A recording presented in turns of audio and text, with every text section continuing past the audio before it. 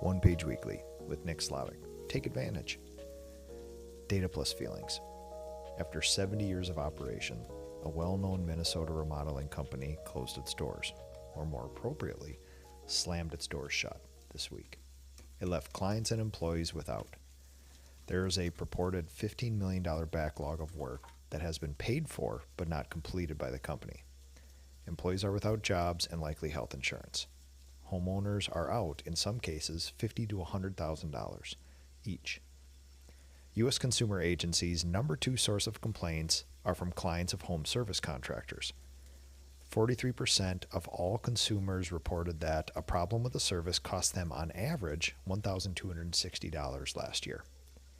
In my home state of Minnesota, there were 93% more complaints filed this year versus last year with the Department of Labor about home service contractors. Anecdotally, taking advantage, or the perception of taking advantage of, our clients is the worst thing we can do in my business. People are dreadfully and dependably predictable. If you told me to create the worst client situation possible, the kind with 100 sassy emails, dozens of tense phone calls, and requests for stressful site visits to discuss in person, I would do this. Promise something and not deliver on it. Not communicate or communicate the wrong info. Change the schedule multiple times. Start a project, stop it, don't communicate, then resume the project randomly, and then fumble the invoicing. That would create what we call the nuclear client, and we would deserve it. The sad part, this is what most homeowners experience with home service contractors. I once thought my vast knowledge of coding science would alleviate all of this potential mistrust. It does not, even though I've tried to make it so.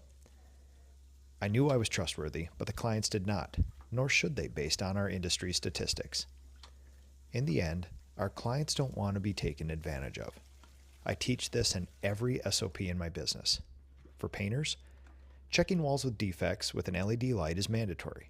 Not because I say it is, but because it's the best way to patch walls, and we promise it to our clients. If we don't deliver on that promise, the client feels taken advantage of.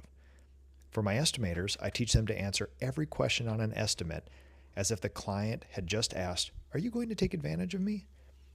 Something simple, even like "What paint sheen do you use?"